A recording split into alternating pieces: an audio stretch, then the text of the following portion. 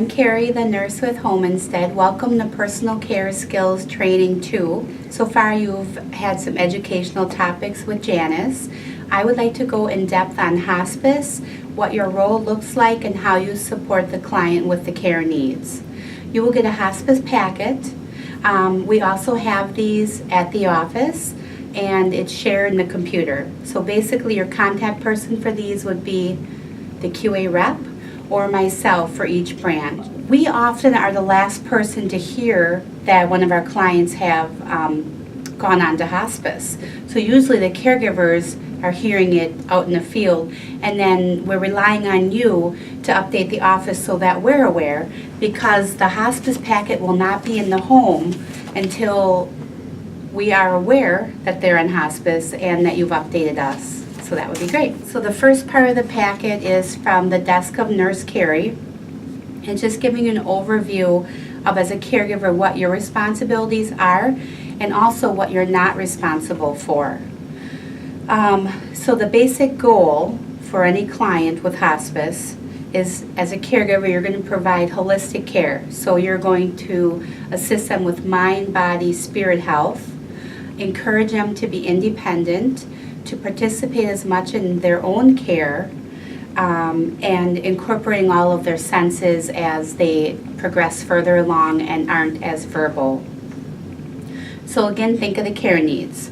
So nutrition, medication, skin health, mobility, transfers, social, and so forth.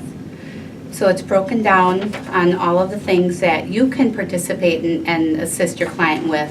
And I want to make sure to go over caregiver is not responsible for. That's number 2, and there's A, B, and C.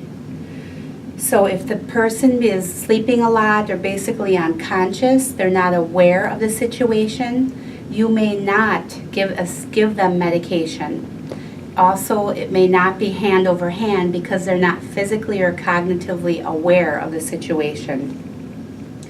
And you always need to call hospice nurse to give them updates about changes in your client's condition, and they will direct you accordingly based on the particular situation. Second page of your packet is observations of shortness of breath. So this is not an all-inclusive list. There's many symptoms that you may observe. So again, if you observe something different, change in condition, decline, call hospice, let them know, and then they will ask you the questions to pinpoint what's going on. So as a hospice client declines or progresses, they may have changes in their breathing. Maybe they can't complete sentences without running out of breath, or maybe they're kind of panting. Maybe they take a big breath and then they don't take a breath for 20 or 30 seconds. That's okay. These things happen.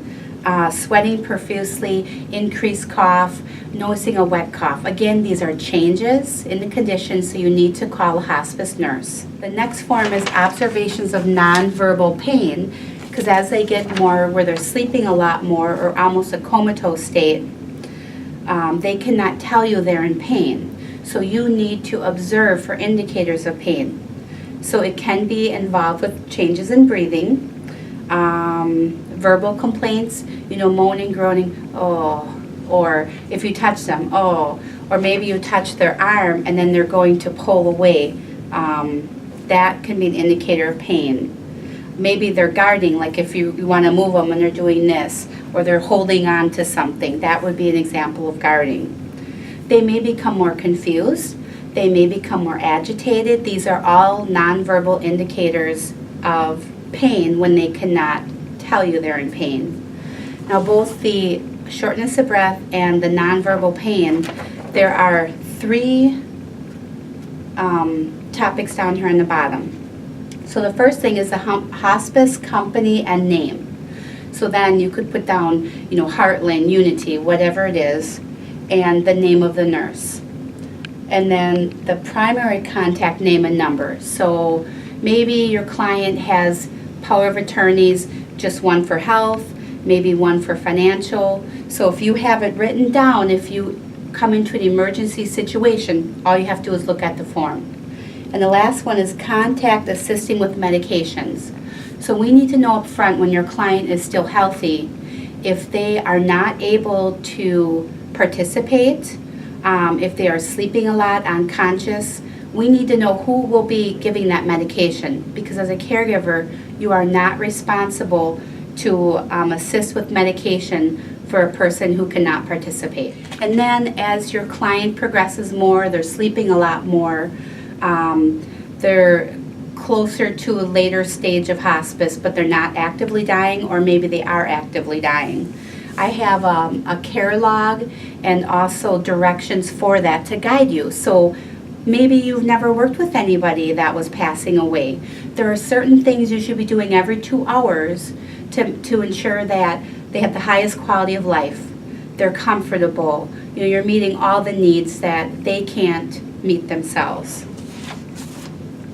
So if you look on your spreadsheet, this will be in your packet, it goes over modified versions of the care needs. So like positioning. And if you look on your directions, ideal positioning schedule, right side, back, left side while awake. So when they're sleeping, you need to adjust that, because if they're sleeping well, you don't want to be waking them up every 2 hours to say, okay, you need to move on your side. So there's a way to do that, where you can prop them up on their right side and put the pillow behind them, and then you can slowly pull some of the pillow out. So instead of being completely on their side, they're a little bit in between side and back. And another 2 hours, you can pull the pillow a little bit more, and the last 2 hours, move the pillow completely. So then at least they're getting 6 hours of uninterrupted sleep. However, if they're awake a lot, then definitely go ahead and change from, right side, back, left side, because we want to incorporate skin health. Hopefully they have a hospital bed in place with hospice, and hopefully they have an air alternating mattress. So it's a special mattress that's about 4 or 5 inches, and it plugs into the wall, and air chambers alternate the pressure in them. So there's no pressure spots. So then with that, you don't have to be quite as particular with repositioning, but still focus on that as well. Then the next thing is oral cares. So if they're bed bound and they're not alert enough to be drinking, their mouth and their lips are going to be very dry. So as a caregiver, be aware of that. So every 2 hours, you're checking. If they're alert enough, you can put things in their mouth. If they're not alert, absolutely do not put anything in their mouth. Hospice may give you what's called toothlets. It looks like a little flour sponge with a straw on there, and you can moisten that with some water. Some of them have mouthwash like impregnated in the sponge, and then you can gently go inside the mouth, wipe the inner cheeks, by the gums, and then on the tongue. So that will help them not feel so thirsty. The other things you can do is get a washcloth a little damp so they can kind of suck on it and rub around gently in the mouth. Also make sure the lips are moist. If they have some type of chapstick, Vaseline, whatever to keep them moist. So every 2 hours you're doing that as well. Then they will probably have a catheter in place because they can't get to the bathroom. So they need a way for their urine to be collected safely so it's not harming their skin. So your role as a caregiver is to check the tubing. So every 2 hours you're looking to make sure the tubing is not underneath the client's legs, it's not pulled too tight, there's not a bunch of kinks in it, making sure it's as straight, but there's still enough slack so it won't pull out. And it may be, if it's running across the leg, there might be a big indentation where the tubing goes, so that's not comfortable. Move it over to the other side when you're checking that every 2 hours. Other things to look for the catheter is, what is the urine color? Is it clear, light yellow, dark yellow, orange, red, brown? A little bit of, I've seen blue before, but that's not usually typical. So if the urine is looking really dark, they're getting slightly dehydrated. So just keeping an eye on that. That would be considered a change of condition where you need to call the hospice nurse. Another thing is there urine in the bag? How much? So typically there should be about 30 to 50 mils in a bag about every hour. That's pretty much a normal average for urine output. If it's less than 30 after several hours, you definitely need to call the hospice nurse because something's going on. And just for comfort, once the catheter bag gets half full, definitely empty it, because that can be pulling more. Even though you have it clamped onto the sheets or however you have it, it still is uncomfortable, so make sure to empty that frequently. Another item is pain or stiffness. So you're going back to your observations of nonverbal pain and observations of shortness of breath. If you're unsure, call hospice. They will help guide you. And again, remember the main number should be written on the sheet. Restlessness, that goes along with pain and observations of breathing issues. Music, so we want to incorporate as many senses as we can. So what kind of music did they enjoy before they were in bedbound? If they can tell you, great. If they can't remember, and put some quiet music on. That is always really relaxing for most people. Talk and touch. So if they're in a semi-comatose state, they are still very alert. They can hear you, they can feel things, so engage those senses. So your communication a lot of times will be one way. So you can talk about topics they like. Let's say they liked cardinals, the birds. You can talk about, oh, I saw some cardinals today outside. It's really warm today. The sun is out bright. There's a bunch of birds by the bird feeder. And talk about like their favorite sports, flowers, whatever they really enjoyed. Make sure to engage that part of their senses. If you don't know anything they're interested in, you can describe what the outside looks like. If there's I'm sure there's pictures of family around. You just talk about, oh, that's a nice picture of your granddaughter, and etc. Other ways for touch is make sure you always tell your client what you will be doing before you do it. Say, okay, I'm going to put some lotion on your feet now. So let them know what you're doing. Oh, I'm going to be removing the blanket. I'm going to touch your foot, just so they're not alarmed. And when you're using lotion, make sure it's warm. So you can have a basin of warm water and put the lotion bottles in there so they get warm. Warm towels, slightly warm wash, warm everything for your bathing. Turn the heat up higher. Again, we did bathing last in session 1, making sure most of them is covered except the part that you are cleansing or working on. Warm socks, not too hot, you need to be cautious, but warm socks feel wonderful after warm lotion. And again, like the warm linens. Aromatherapy, use only pleasant scents that your client liked before. So examples, you can take some orange peels or lemon peels and simmer them in a little bit of water, and you'll get the fragrant oils from the peels. After it's cooled slightly, you could put some of that in a little bowl and put it close to bedside. As long as the client won't be able to knock it over or get into it, then they can smell some of that fresh orange, lemon, lime, whatever you choose. Lavender lotion is very calming, so if someone seems real restless or anxious, go ahead and put the lavender lotion in a warm basin so it's warm, and then rub that on wherever the dry parts are, and that, especially like chest, arms, that's really helpful. If they have essential oils and are really big into it, ones that are very calming for end of life are lemon balm, thyme, or lavender. And you can place a cotton ball, just place a little drop on there and put that anywhere by the bedside, as long as it's not too overpowering. And vanilla extract in warm water. That's a really nice homey grandmother type feeling where you feel nice and calm, and their mind will take them back into the hopefully good childhood experiences. Medications, we're always assisting with some type of medication, but we need to make sure we are in contact periodically with the hospice nurse. So as a person gets less and less awake, swallowing becomes impaired, taking medications and eating physically hurts. It physically hurts the body to try to digest that stuff. So usually a lot of the medications are cut out that are not considered absolutely necessary.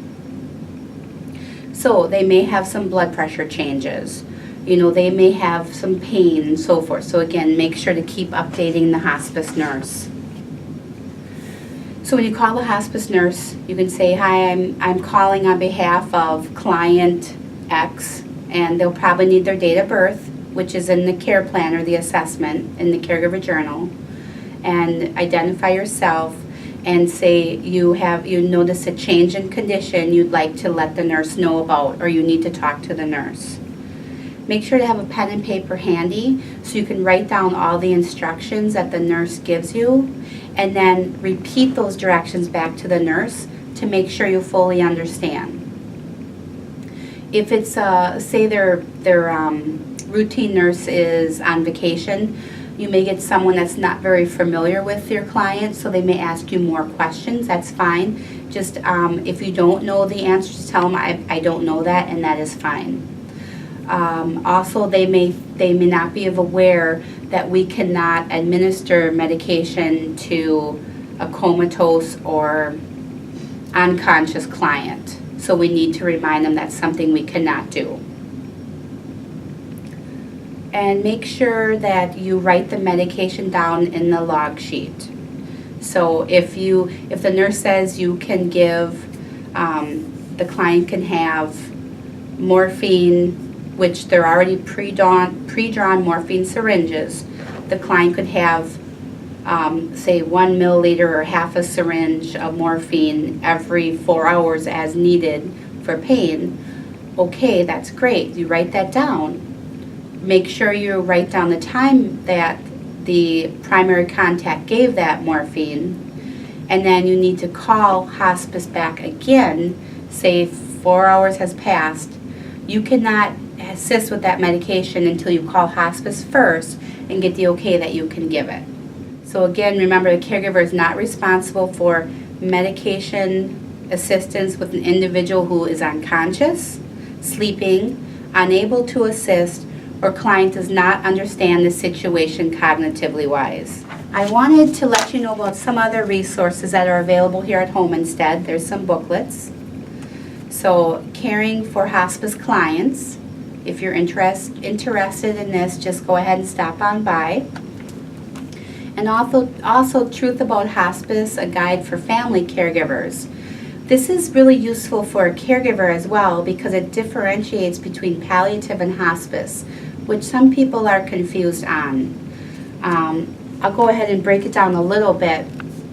So palliative care is basically advanced disease management or pain management. So let's say they are in late stages Parkinson's, but they're not bad enough to go to hospice yet, but they still need a little more support.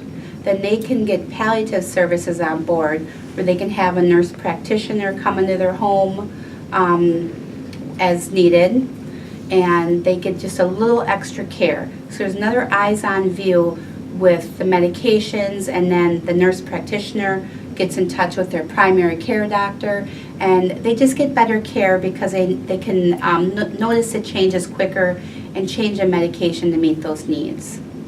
So again, it's really quite a gift to be able to care for somebody with hospice, because it's not about the quantity of life, but it's about the quality of life.